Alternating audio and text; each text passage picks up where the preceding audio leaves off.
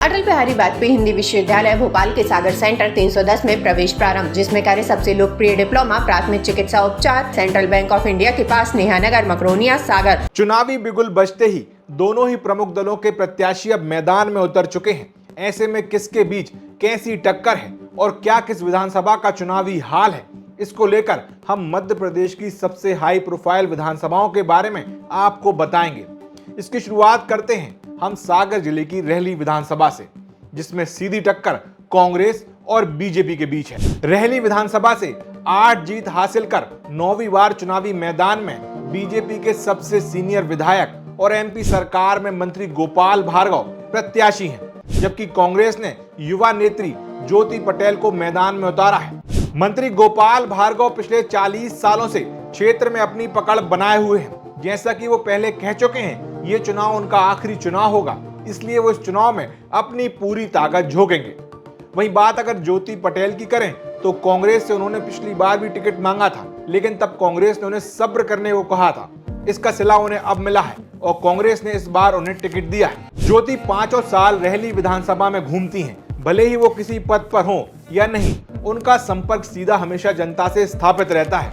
आज जब उनका मुकाबला गोपाल भार्गव से है, ऐसे में शेर के मुंह से निवाला छीलने की कहावत उन पर चरितार्थ होती दिख रही है। खैर, आइए अब बात करते हैं रहली विधानसभा में दोनों प्रत्याशियों के नाम घोषित होने के बाद क्या कुछ सियासी खींचतान है, जनता का क्या रुझान है और जीत के लिए दोनों प्रत्याशियों की क्या रणनीति है। मंत्री गोपाल भार्गव को लेकर कहा जाता है कि उन्हें अपने क्षेत्र से बेहद लगाव है।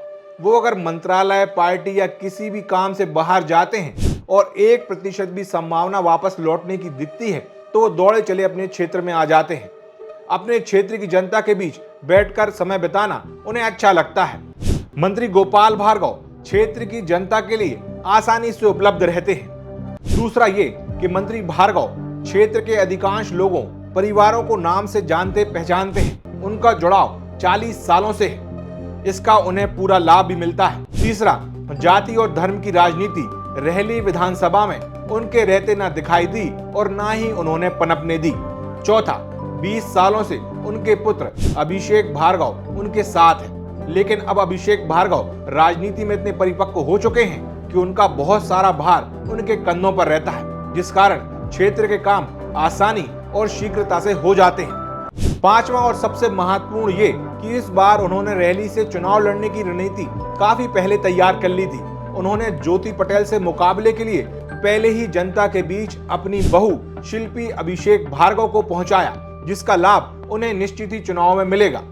आखिर में बात अगर रहली विधानसभा के विकास की करें तो मंत्री भार्गव के कार्यकाल में ये विधानसभा अग्रणी विधानसभाओं में शामिल है। वहीं दूसरी तरफ बात करें कांग्रेस की प्रत्याशी ज्योति पटेल की, तो कभी न थमने वाली नेत्रियों में है। उनकी राजनीति जनता के बीच शुरू होती है और जनता पर ही खत्म होती है। इलाके की ओबीसी नेता भी हैं, पिता भी राजनीति में थे, उनका स्वर्गवास हो गया है, लेकिन जब तक वो जीवित थे तब तक उन्होंने अपनी बेटी को बेटों जैसा पाला और हमेशा आगे बढ़ने के लिए प्रोत्साहित किया। वैसे तो ज्योति युवा हैं, लेकिन राजनीति में अब वो परिपक्व हो चुकी हैं। बड़े छोटे नेताओं और कार्यकर्ताओं का पूरा सम्मान करती हैं, हौसला बहुत रखती हैं। बात अगर हौसले की ही हो रही हो तो मंत्री गोपाल भार्गव से विपक्ष में रहकर टकराने का सोचना अपने आप में उनकी निडरता को दर्शाता है। कोई उनके बारे में कुछ भी कहे, उन्हें इसकी ज्यादा परवाह नहीं होती। वो सिर्फ अपने लक्ष्य पर फोकस रखती हैं। जनता में उन्हें काफी समर्थन भी मिलता है।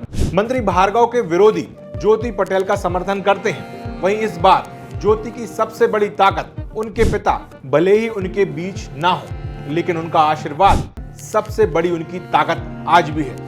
वहीं गोपाल भार्गव के सबसे बड़े विरोधियों में गिने जाने वाले 2018 में कांग्रेस के रहली विधानसभा से प्रत्याशी कमलेश साहू और 1998 और 2008 में कांग्रेस प्रत्याशी रहे जीवन पटेल की भूमिका भी इस बार ज्योति पटेल के लिए निर्णायक साबित होगी।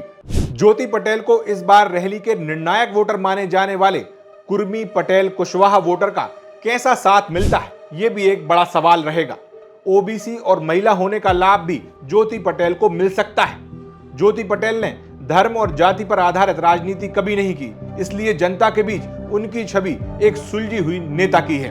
मंत्री गोपाल भार्गव का ये अंतिम चुनाव है, वहीं ज्योति का पहला। मुकाबला एक सीनियर और एक युवा नेता के बीच है। अभी शुरुआती मुकाबले में निश्चित ही मंत्री भार्गव आगे दिखाई दे रहे हैं, लेकिन ज्योति को कम नहीं आंका जा सकता। मुकाबला इस बार रहली सीट का दिलचस्प होने की पूरी उम्मीद जताई जा रही है। अगर आप हमारा ये वीडियो सागर टीवी न्यूज STVN इंडिया के YouTube चैनल्स पर देख रहे हैं तो आज ही उन्हें सब्सक्राइब करें, साथ ही बेल आइकन पर जरूर क्लिक कर दें ताकि आपको नोटिफिकेशंस मिल सके। इसके अलावा फेसबुक पेज और इंस्टाग्राम पेज को फॉलो करें। नमस्कार।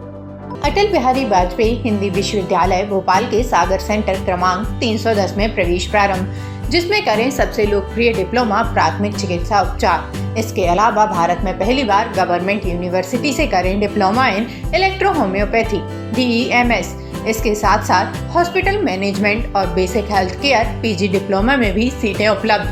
तो प्रवेश है सागर संभाग के सबसे पुराने और 100% रिजल्ट देने वाले सेंटर 310 में। ऑफिस का पता है सेंट्रल बैंक ऑफ इंडिया के पास, नेहानगर, मकरोनिया, सागर।